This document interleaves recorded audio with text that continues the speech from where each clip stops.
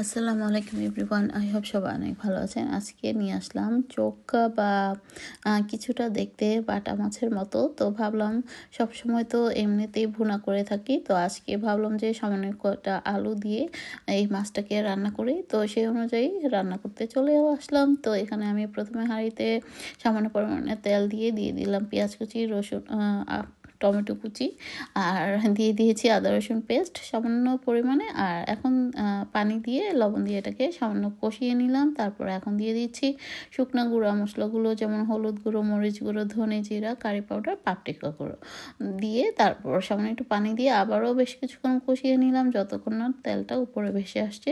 তো এই তো দেখতে পাচ্ছেন মোটামুটি কষানো হয়ে গিয়েছে। এই পর্যায়ে দিয়ে দিলাম আমি এখানে 3টার মতো আলু অ্যাড করেছি ছোট ছোট।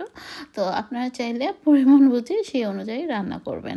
তো আলুটাকে প্রথমে একটু কষিয়ে নিলাম, তো সঙ্গে কিছু কাঁচামরিচও অ্যাড করে দিলাম। তো আপনারা চাইলে একদম লাস্টের দিকেও কাঁচামরিচ অ্যাড করতে পারেন, যেহেতু আমার কাঁচামরিচের ফ্লেভার এবং মানে ঝালটাও চাই, তাই আগেই দিয়ে দিলাম।